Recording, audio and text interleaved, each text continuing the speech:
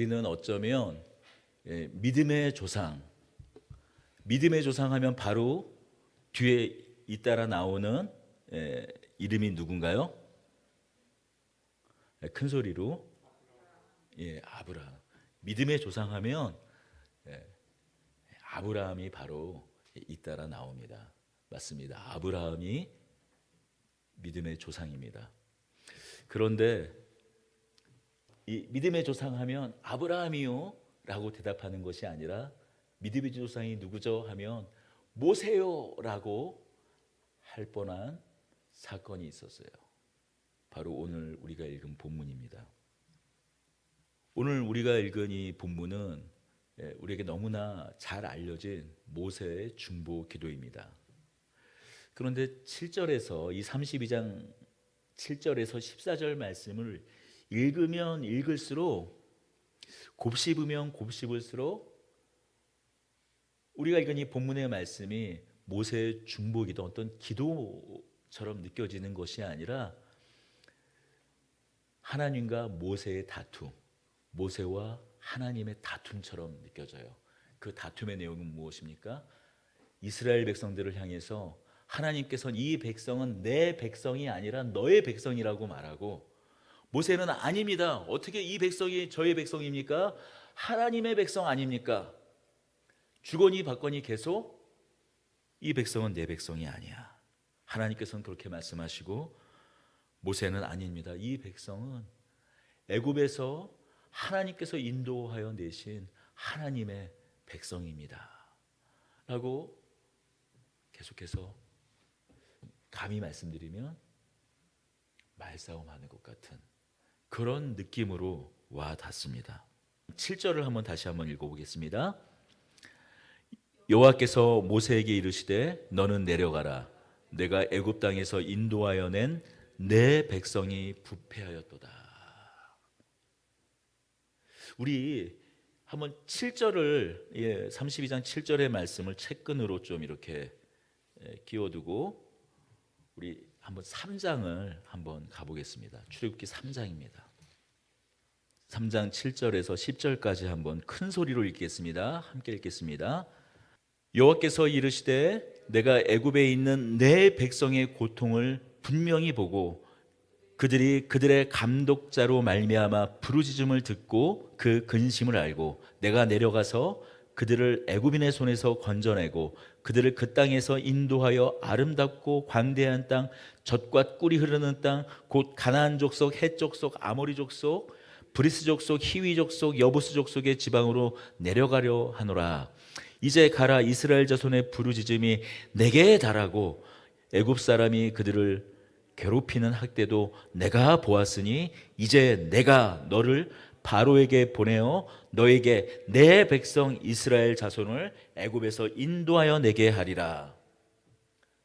이스라엘 백성들은 모세의 백성입니까? 물론 모세는 하나님께서 모세의 손을 통해서 인도하여 내시긴 하셨어요. 그러나 모세는 심부름꾼입니다. 좀 더 고상하게 말하면 대리자라고 말을 할 수 있겠지만 이스라엘 백성들은 누구의 백성이라고 말하고 있습니까? 내 백성. 그래서 하나님께서 내가 그들을 인도할 것이다. 내가 그들을 건져낼 것이다. 내가 그들이 고통과 고난 가운데 학대 가운데 놓여진 그 사실을 너무나 똑똑히 알고 보았노라라고 이 3장에서는 이야기하고 있지 않습니까? 하나님께서 그래서 내가 그들을 건져낼 것이고 인도하여 낼 것이라고, 애굽에서 끄집어낼 것이라고 이 3장 7절에서 10절까지 제일 많이 등장하고 반복되는 단어가 무엇입니까? 내가예요. 내가 하나님의 행동, 하나님의 구원 행동, 하나님의 큰일이 계속 반복해서 등장하고 있어요. 이 짧은 세 구절에서 몇 번이나 내가가 나오고 있습니까? 얼마 지나지 않아. 지금 몇 개월이 채 지나지 않았어요. 여호와께서 모세에게 이르시되 너는 내려가라. 내가 애굽 땅에서 인도하여 낸 너 백성이, 내 백성이 뭐라고요? 부패하였다고 말씀하세요. 내 백성 하셨던 하나님께서 이렇듯 모세에게 너의 백성이라고 하시며 불같이 화를 내고 계시는, 아니 차라리 화를 내시면 나을 텐데 싸늘하게 이스라엘 백성들을 향한 그 어떤 애정도 느껴지지 않도록 이 말씀을 하고 계시는 이유는 무엇입니까? 8절에 잘 드러나고 있어요. 그들이 내가 그들에게 명령한 길을 속히 떠나 자기를 위하여 송아지를 부어 만들고 그것을 예배하여 그것에 제물을 드리며 말하기를 이스라엘아 이는 너희를 애굽 땅에서 인도하여 낸 너희 신이라 하였도다. 애굽에서 일어난 10가지 재앙을 우리는 잘 알고 있습니다. 애굽에서 일어난 그 10가지 재앙, 그 한 가지 한 가지가 뭐라고 우리가 말씀을 나눴나요? 애굽의 그 10가지 재앙 한 가지 한 가지가 단순히 어떤 재앙 차원이 아니라고 말씀을 드렸어요. 하나님께서 이스라엘 백성들을 그냥 이 애굽 땅을 단번에 밀어버리시고 쑥대밭을 만드시고 그냥 끄집어내면 될 것을 지난한 시간 동안 이 10가지 재앙을 통해서 모세와 아론을 바로에게 보내고 다시 또 거절당하고 재앙을 내리시고 다시 또 보내고 그 일을 되풀이해서 10번이나 되풀이한 이유가 무엇입니까? 그 이유는 애굽에서 너희가 그동안 400년 동안 보았던 그 모든 신, 그것들은 피조물일 뿐이고 하나님 당신만이 참 하나님이신 것, 참 신이신 것을 드러내는 사건이라고 말씀드렸어요. 애굽은 나일강을 신으로 섬겼습니다. 하다못해 풍뎅이 같은 것들, 개구리 같은 것들도 다 신으로 여겼어요.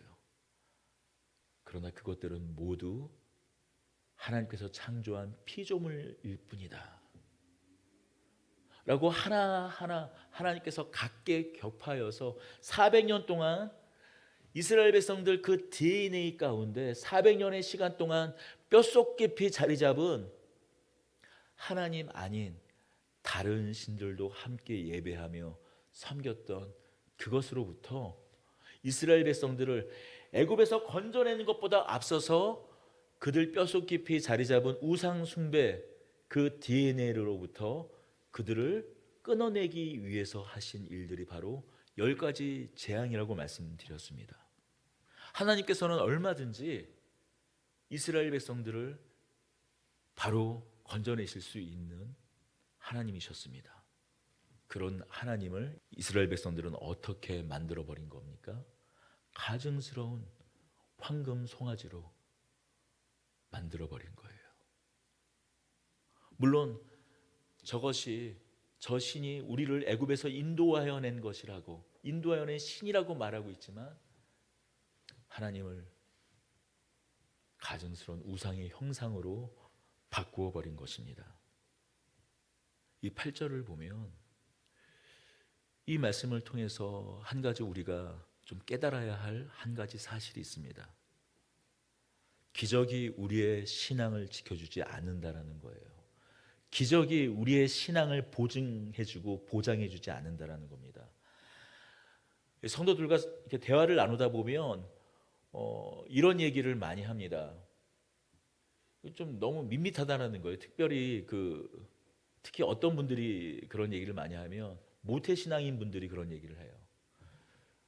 뭐 이렇게 나이 들어서 뭐 암 같은 그런 불치병에서 나았다거나 아니면 뭐 사업이 완전히 망했는데 아니면 거의 망할 지경이 되었었는데 하나님께서 건져내어 주셨다.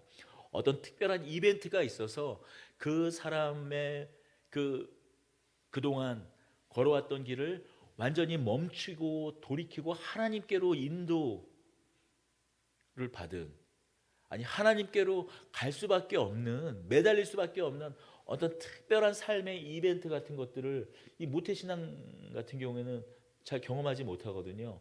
그러다 보니 나에게 또 좀 기적이 좀 간증거리가 있었으면 좋겠습니다. 그런 말씀을 많이 해요. 그럼 그런 또 이벤트를 경험한 사람, 하나님과 어떤 정말 이건 기적일 수밖에 없구나.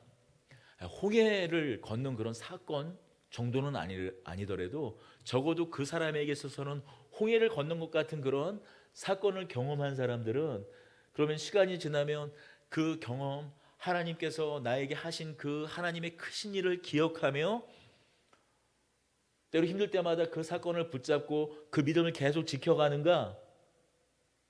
그런데 그러나 놀랍게도 그렇지 않다라는 겁니다. 많은 경우에 하나님께서 어떻게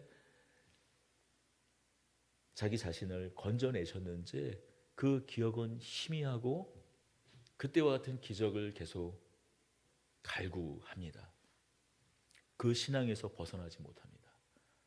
그런 기적이 나한테 있으면 하나님께서 나의 길을 붙잡아 주시고 인도해 주시는 것 같고, 그런 기적이 없으면 나는 하나님께서 아무런 개입도 하나님께서 나를 인도하시지 않는 것 같고, 내 신앙이 무엇인가 문제가 있는 것 같이 계속 그 수준에 머무는 경우가 있다라는 거죠.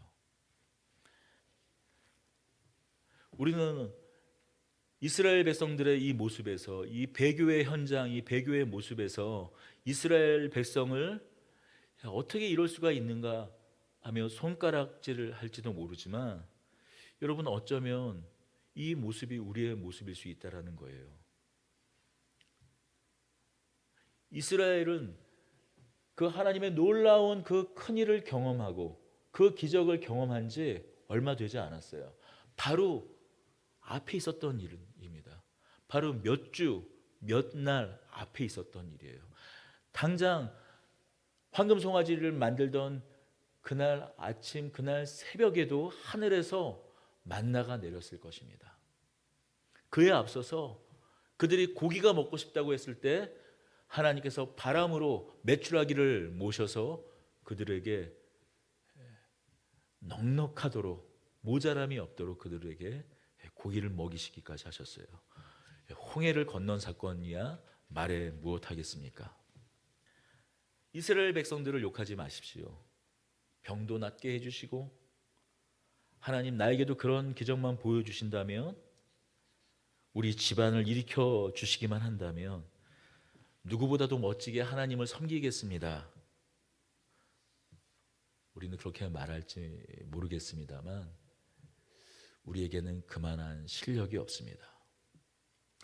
이스라엘 백성들이 바로 그 증인이고, 우리가 그동안 보았던 수많은, 우리가 한때 형제라고 말했고 우리의 권속이라고 말했고 우리의 가족이라고 말했던 사람들이 그 증거입니다. 오히려 놀라운 간증거리를 가지고 있는 성도보다 아무런 간증거리가 없지만 신앙을 잘 지켜가는 분들을 이제 50이 넘어 돌아보니 더 많았어요. 많은 경우에 그런 놀라운 하나님의 기적을 경험하고 나서 얼마 뒤이어 내가 잘해서, 내가 능력이 있어서, 내가 그때 열심히 일해서, 내가 그때 판단을 잘해서, 결국 내가 잘나서 그 어려움을 극복했다라고 자랑처럼 말하는 것을 많이 보았습니다. 하나님께서 이스라엘 백성들을 향하여 목이 뻣뻣한 백성들이라고 말한 것처럼 하나님의 은혜는 다 잊어버리고 교만해져서, 목이 뻣뻣해져서, 아니 그 정도뿐만이 아니라 아예 하나님을 떠난 사람들을 많이 보았습니다.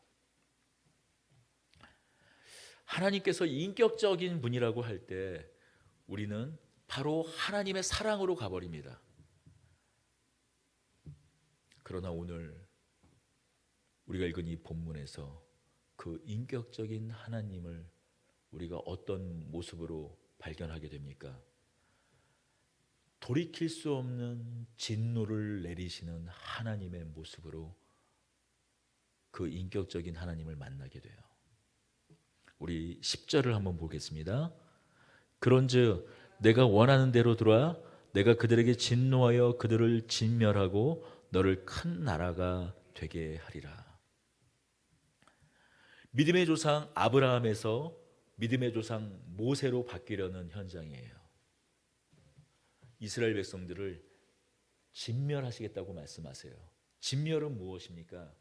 남녀노소, 어른, 아이, 나이 많은 사람, 나이 적은 사람, 남자, 여자 할 것 없이 모든 사람을 다 하나님께서 가슴 아프지만 죽이시겠다라는 것입니다. 멸절시키겠다는 것이에요. 이제 모세 너를 통하여 다시 시작하겠다. 하나님께서 모세 너를 통하여 다시 시작하겠다고 말씀하세요. 여러분 놀라지 마십시오. 하나님은 이미 한 번 그 일을 하셨던 하나님이세요. 이 세상을 향하여, 인류를 향하여 이미 그런 진노를, 하나님의 진노를 쏟아 부으셨던 하나님이세요. 이미 다시 시작하신 하나님이십니다. 언제요? 노아의 때에 이미 다시 시작하셨어요. 세상에 수많은 사람들이 하나님을 떠나 하나님을 멀리할 뿐만이 아니라 하나님을 없이 여기고 강포와 포악이 그 가득한 세상, 도저히 하나님께서 더 이상 눈뜨고는 볼 수 없는 그 세상이 되었을 때 노아와 그 가족 8명만 남기고 하나님께서 물로 세상을 심판하셔서 리셋시키셨어요. 하나님의 진노와 하나님의 그 공의로운 심판이 한번 이 세상 가운데 쏟아져서 다시 시작하신 것입니다. 아니 온 세상 다 인류를 멸절시키고 진멸하고 노아와 그 가족 8명으로 다시 시작하신 하나님이 이스라엘 백성들을 건져내시는 그 하나님의 그 은혜와 긍휼의 손길을 뿌리치고 하나님을 황금 송아지로 바꾼 이스라엘 백성들, 그들을 향하여 못하실 하나님이실까요? 아니에요. 하나님께서 이스라엘 백성들을 진멸을 하시겠다고 말씀하자 모세는 이렇게 말합니다. 우리 10절과 11절 읽겠습니다. 그런즉 내가 하는 대로 두라. 내가 그들에게 진노하여 그들을 진멸하고 너를 큰 나라가 되게 하리라. 모세가 그의 하나님 여호와께 구하여 이르되 여호와여 어찌하여 그 큰 권능과 강한 손으로 애굽 땅에서 인도하여 내신 주의 백성에 진노하시나이까. 우리 12절까지 읽겠습니다. 어찌하여 애굽 사람들이 이르기를 여호와가 자기 백성을 산에서 죽이고 지면에서 진멸하려는 악한 의도로 인도하여 내었다고 말하게 하시려나이까. 주의 맹렬한 노를 그치시고 뜻을 돌이키사 주의 백성에게 이 화를 내리지 마옵소서. 어떻게 해서 하나님께서 이스라엘 백성들을 건져내셨는데, 하나님의 그 크신 영광의 손으로 이스라엘 백성들을 건져내셨는데 하나님 그들을 진멸하신다고요? 아니 그게 무슨 말입니까? 그렇다면 애굽 사람들이 뭐라고 말하겠습니까? 자기 백성들을 산에서 죽이고 땅에서 진멸하려는 그런 악한 의도를 가지고 하나님께서 이스라엘 백성들을 건져냈다고 애굽 사람들이 비아냥거릴 것 아닙니까? 라고 말합니다. 사실 이 말은 숨겨진 의도가 있는 말이에요. 하나님 이스라엘 백성들을 건져내신 목적을 하나님 잊으셨습니까? 저에게 이렇게 말씀하셨잖아요. 내가 이스라엘 백성들을 건져내는 목적은 이스라엘 백성들을 제사장 나라로 삼기 위하여, 이들은 나의 그 보석과 같은 자들이니 이들을 보석처럼 빛나게 하여 세상의 많은 민족과 열방들을 내게로 인도하여 내게 하는, 내가 이스라엘 백성들을 인도하여 내었듯이 이스라엘 백성들이 많은 세상 민족과 열방들을 내게로 인도하여 내는 역할, 곧 제사장 나라로서 사용하겠다. 그렇게 말씀하지 않으셨습니까? 라고 말하고 싶은 거예요. 그러나 차마 이스라엘 백성들을 건져내신 그 이유를 말할 수 없는 거죠. 얼마나 민망하겠습니까? 생각해 보세요. 하나님께서 모세를 시내산에 부르셔서 40일 동안 모세에게 이스라엘 백성들이 나와 함께 더불어 지낼 때, 나와 함께 동행할 때 지켜야 돼, 그런 약속들을 말하며 하나님께서 이스라엘 백성들 가운데 거할 처소를 말씀해 주세요. 하나님께서는 이스라엘 백성들이 만들어야 될 하나님의 집을 지금 말하고 있는데, 이스라엘 백성들이 만들고 있는 것은 무엇입니까? 바로 그때 이것이 우리를 인도하여 낸 신이다, 언약궤가 아닌 거짓 하나님의 형상, 아니 가증스러운 황금 송아지를 만들고 있어요. 제사장 나라로 이스라엘 백성들을 부르셨는데 제사장 나라는커녕 무엇을 만들고 있습니까? 우상을 만들고 있어요. 그런 이스라엘 백성들을 향하여 하나님, 저들을 불러내신 이유와 목적이 제사장 나라로 부르신 것 아닙니까? 라고 어떻게 모세가 말을 할 수 있겠어요? 그러니 빙빙 돌려 얘기하는 거죠. 하나님, 그 강한 손으로, 그 크신 팔로 이스라엘 백성들을 건져내셔서 만약 이곳에서 죽이신다면, 진멸하신다면 애굽 사람들이 뭐라고 말하겠습니까? 그렇게 돌려 말할 수밖에 없는 모세입니다. 하나님은 모세의 그 정도의 말에는 하나님의 진노가 풀리지 않으신 것 같아요. 미동도 하지 않으신 것 같습니다. 그러자 모세가 한 마디를 더 나아갑니다. 13절입니다. 우리 같이 읽겠습니다. 주의 종 아브라함과 이삭과 이스라엘을 기억하소서. 주께서 그들을 위하여 주를 가리켜 맹세하여 이르기를 내가 너희 자손을 하늘의 별처럼 많게 하고 내가 허락한 이 온 땅을 너희 자손에게 주어 영원한 기업이 되게 하리라 하셨나이다. 아브라함과 이삭과 이스라엘, 곧 야곱을 이야기합니다. 하나님, 아브라함에게 뭐라고 말씀하셨습니까? 그 아들 이삭에게 뭐라고 말씀하셨습니까? 야곱, 이스라엘로 이름을 바꿔주시기까지 하시면서 무엇이라고 말씀하셨습니까? 하늘의 무별과 같이 너희를 그렇게 허다한 큰 민족으로 만들어내겠다, 나의 영원한 기업을 삼겠다, 영원한 기업을 너희에게 허락하겠다 라고 말씀하지 않으셨습니까? 그 약속은 도대체 어디 간 것입니까? 하나님의 마음이 미동도 하지 않자, 하나님께서 그 마음을 돌이키지 않자 모세는 하나님께서 이스라엘 백성과 더 앞서서 아브라함으로부터 거슬러 올라가는 그 약속을 붙잡고 모세는 하나님께 매달립니다. 우리 너무나 이 결론을 잘 알고 있습니다. 하나님께서 그 뜻을 돌이키십니다. 여러분, 기적이 우리의 신앙을 지키는 것이 아닙니다.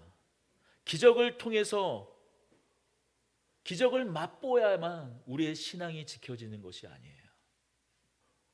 하나님께서 우리를 여전히 지키고 계시는 이유는 바로 약속입니다. 기적으로 인해, 기적 때문에 우리의 시선이 세상을 향해 계속 달려가며 세상만 바라보던 우리의 시선이 하나님께로 향할 수는 있어요. 우리의 끝없는 욕망을 쫓아가며 살아가던 그 삶에서 하나님을 향하여 그 기적이, 우리 어떤 경험이 하나님을 향하여 우리의 시선이 바뀔 수는 있습니다. 그러나 어떤 기적이 우리의 믿음을 지켜주는 것이 아닙니다.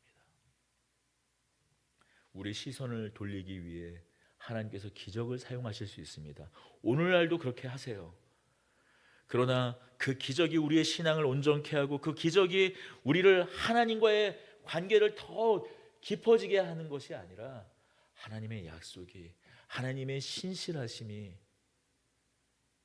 우리의 믿음을 오늘도 지키고 있다라는 사실을, 우리의 생명을 지키고 있다라는 사실을 우리는 오늘 이 말씀을 통해서 확인해야 합니다. 깨달아야 합니다.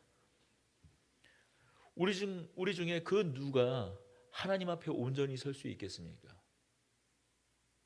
우리가 어제 한 일을 기억해 보십시오. 그제 한 일을 기억해 보십시오. 멀리 갈 필요도 없이 우리 일주일간의 삶, 한 달 동안의 삶, 우리 1년 동안 우리의 삶 한번 돌이켜 보십시오. 우리가 한 일로, 우리가 한 것을 놓고 그대로 하나님께서 우리에게 응답하시고 보응하신다면 우리는 하나님 앞에 설 수가 없습니다. 언젠가 그 기적이 우리의 신앙을 지켜갔다고요? 우리를 오늘의 이 자리에 있게 했다고요? 아니요. 하나님의 신실하심, 하나님의 약속이 우리를 지키게 한 것입니다. 여전히 우리가 호흡하고 우리가 하나님 앞에서 이 생명을 누리고 있는 것, 이것은 하나님의 약속 때문이에요. 아니, 이스라엘 백성만 그렇다고요? 하나님께서 이스라엘 백성들, 이들은 특별히 하나님께서 이렇게 하나님의 그 약속, 아브라함과 이삭과 야곱, 이스라엘과 맺은 그 약속 때문에 이들을 이렇게 신실하게 붙잡아 주신 것이라고요? 용서해 주신 것이라고요? 그 뜻을 돌이키신 것이라고요? 아니에요. 우리 히브리서 6장 13절 19절 함께 읽어보겠습니다. 히브리서 6장입니다. 하나님이 아브라함에게 약속하신 때 가리켜 맹세할 자가 자기보다 더 큰 이가 없으므로 자기를 가리켜 맹세하여 이르시되 내가 반드시 너에게 복주고 복주며 너를 번성하게 하고 번성하게 하리라 하셨더니 그가 이같이 오래 참아 약속을 받았느니라. 사람들은 자기보다 더 큰 자를 가리켜 맹세하나니 맹세는 그들이 모든 일의 최후 확정이니라. 하나님은 약속을 기업으로 받는 자들에게 그 뜻이 변하지 아니함을 충분히 나타내시려고 그 일을 맹세로 보증하셨나니 이는 하나님이 거짓말하실 수 없는 이 두 가지 변하지 못할 사실로 말미암아 앞에 있는 소망을 얻으려고 피난처를 찾은 우리에게 큰 안위를 받게 하려 하심이라. 우리가 이 소망을 가지고 있는 것은 영혼의 닷 같아서 튼튼하고 견고하여 휘장 안에 들어가나니 그리로 앞서 가신 예수께서 멜기세덱의 반차를 따라 영원히 대제사장 되어 우리를 위하여 들어가셨느니라. 이 약속, 이 언약, 이 보증, 아브라함에게 약속하신 그 약속, 그리고 이삭과 이스라엘 곧 야곱에게 약속하신 이 약속의 보증이 누구에게까지 이르고 있다고 말씀하고 있습니까? 우리의 대제사장 되신 하나님의 아들이신 예수께서 스스로 대제사장 되시고 더불어 스스로 제물까지 되셔서 십자가에 못 박혀 돌아가심으로 우리의 죄를 대신하셔서 우리도 그 약속의 보증 안에 서게 됐다고. 이스라엘 백성들, 그들이 그 우상 앞에서 황금 송아지를 만들고 진멸할 그 처지에 있었을 때 그 약속으로 말미암아 살 수 있었다면 이제 우리는 대제사장 되신 예수 그리스도로 말미암아 그 약속 앞에 서게 된다고 이 히브리서는 얘기하고 있는 겁니다. 물론 모세가 말뿐이었다라고 생각하지는 않습니다. 왜냐하면 출애굽기 32절을 보면 이렇게 말씀합니다. 그러나 이제 그들의 죄를 사하시옵소서. 그렇게 하지 아니하시오면 원하건대 주께서 기록하신 책에서 내 이름을 지워버려 주옵소서. 주의 생명체 자기 이름을 지워달라고 할 정도로 간절하게 하나님 앞에 매달리고 있는 모습이 다시 이어서 나와요. 이 모습을 볼 때 하나님을 만약 이스라엘 백성들을 용서하지 않으면 차라리 내 목숨을 거두어 달라고 틀림없이 모세는 차라리 저를 죽이십시오라고. 지금 생명책에서 지우는 것은 자기를 죽일 뿐만이 아니라 영원히 하나님 저를 차라리 지워달라고, 차라리 저를 지옥으로 보내달라고 말하는 것 아닙니까? 모세의 이 말이 빈말이라고 생각하지 않습니다. 그러나 예수님은 우리를 위하여 당신의 죽음을 통해서, 십자가를 통해서 그 약속을 보증하셨어요. 그 어떤 것으로도 끊어낼 수 없도록 예수님은 직접 자신의 생명을 십자가에 내놓으셨습니다. 히브리서에서 말하는 것처럼 그 약속을 돌이키지 못하시도록, 하나님께서 그 어떠한 것으로도 돌이키지 못하시도록 예수님께서 친히 십자가에 당신을 어린 양의 제물로 내어놓으시고 더불어 대제사장 되셔서 우리를 향하여 지금도 기도하고 계십니다. 모세가 하나님 앞에 매달리며 기도하고 있었던 것 같이